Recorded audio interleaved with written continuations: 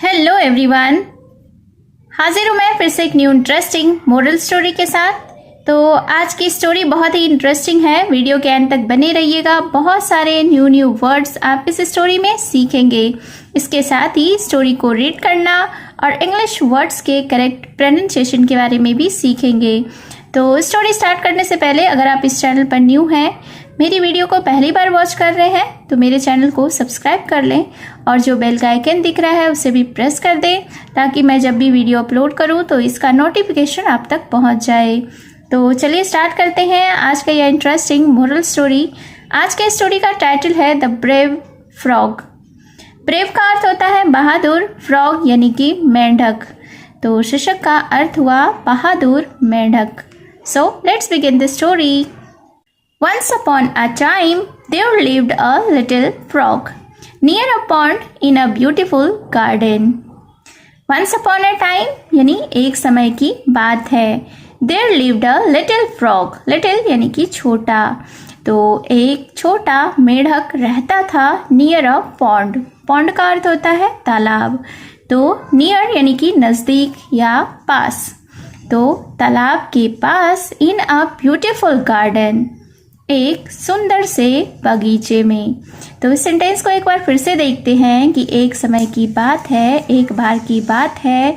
एक छोटा मेढक एक बगीचे में एक तालाब के पास रहता था। She used to croak every day until midday and then she would go out looking for food. She यानी कि वह, ही का अर्थ होता है वह, जो कि लड़कों के लिए यूज़ होता है, और शी यानी कि वह यानी लड़कियों के लिए यूज़ होता है। यहाँ शी से पता चलता है कि इस स्टोरी में जो मेढक का जिक्र किया गया है वह फीमेल थी। तो इस सेंटेंस को देखते हैं। She used to croak every day. Croak का अर्थ होता है मेढक की जो टर्टर की आवाज़ होती है उसे क्रॉक कहते हैं इंग्लिश में, और इसको टर्राना भी कह सकते हैं। एवरी डे यानी प्रतिदिन। अंटिल यानी कि तक। मिड डे का अर्थ होता है दोपहर। गो आउट यानी बाहर जाती थी। फूड यानी कि भोजन।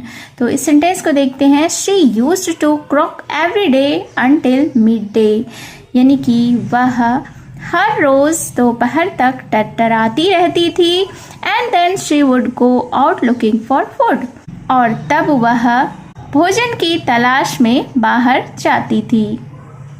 One morning, as she was clearing her throat to sing her song, as she always did, a big storm came and the rain started. One morning यानी एक सुबह।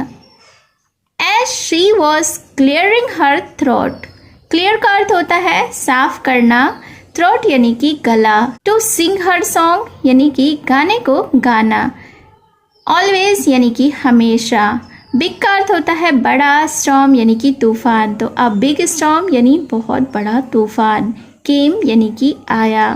रेन का अर्थ होता है वर्षा या बारिश, स्टार्टेड यानी शुरू हुई।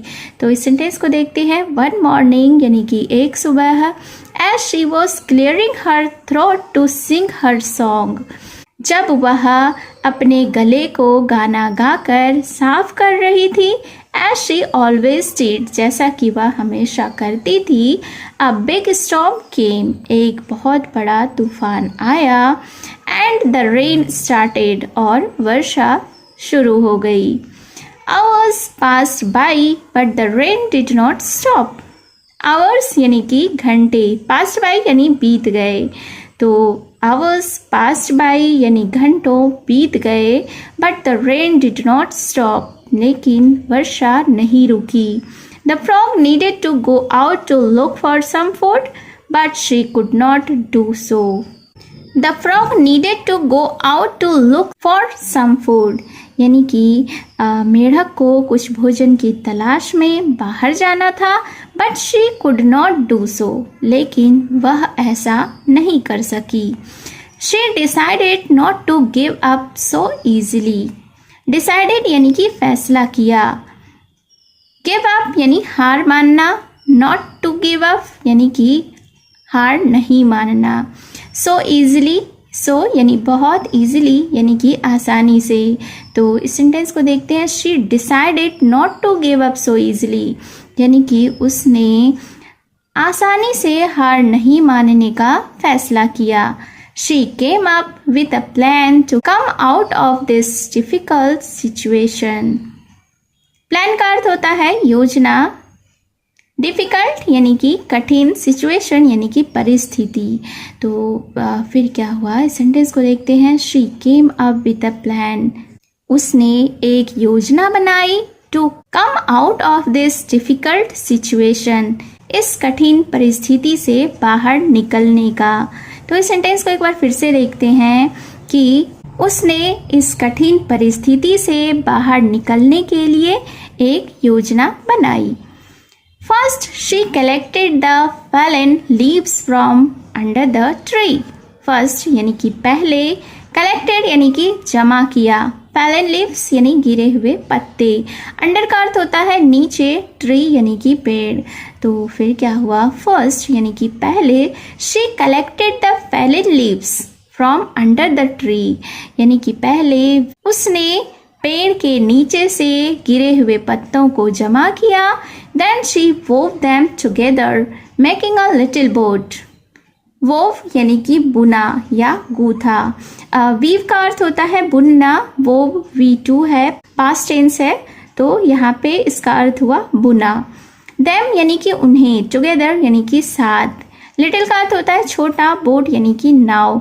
तो फिर इस सेंटेंस को देखते हैं। Then she wove them together, और फिर उसने उन्हें एक साथ बुना, मेकिंग अ लिटिल बोट, और एक छोटी नाव बनाई। In this manner, she went rowing through the water in the garden, searching for her usual food carefully and with confidence. तो सबसे पहले इस सेंटेंस के वोकैबुलरीज को देख लेते हैं। In this manner का अर्थ होता है इस तरह से। Rowing, रो का अर्थ होता है चलाना, यानी नाव को चलाना। थ्रू यानी माध्यम से, वाटर यानी कि पानी, गार्डन यानी कि बगीचा। सर्च का अर्थ होता है तलाश। यूजुअल फूड यानी कि सामान्य भोजन। केयरफुली यानी सावधानी पूर्वक।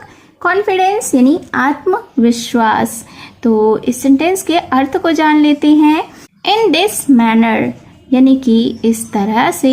She went rowing through the water in the garden, यानी वह नाव चलाते हुए पानी के माध्यम से बागीचे में गई। Searching for her usual food, अपने सामान्य भोजन की तलाश में। केयरफुली एंड विथ कॉन्फिडेंस, यानी कि सावधानी पूर्वक और आत्मविश्वास के साथ। Moral of the story is you can achieve anything in life with sheer determination and hard work. Achieve का अर्थ होता है पाना या हासिल करना, एनीथिंग यानी कुछ भी, लाइफ यानी कि जीवन या जिंदगी। शीर का अर्थ होता है कड़ा, डिटर्मिनेशन यानी कि दृढ़ संकल्प, हार्ड वर्क यानी कड़ी मेहनत। तो इस स्टोरी का यह नीति है कि you can achieve anything in life, आप जीवन में कुछ भी हासिल कर सकते हो with share determination and hard work, दृढ़ संकल्प और कड़ी मेहनत से। So it was the short English moral story. उम्मीद है आपको यह स्टोरी पसंद आई होगी और आपने बहुत सारे न्यू वर्ड्स भी सीखे होंगे। और अगर आपने अभी तक मेरे चैनल को सब्सक्राइब नहीं किया है तो जल्दी से चैनल को सब्सक्राइब कर लें और बेल का आइकन भी प्रेस कर दें। और अगर आप मुझे फेसबुक पर वॉच कर रहे हैं तो फॉलो कर लें और कमेंट करके ज़रूर बताएं कि आपको यह स्टोरी कैसी लगी। तो मिलती हूँ मैं फिर से एक न्यू इंटरेस्टिंग मॉरल स्टोरी के साथ। Thank you for watching.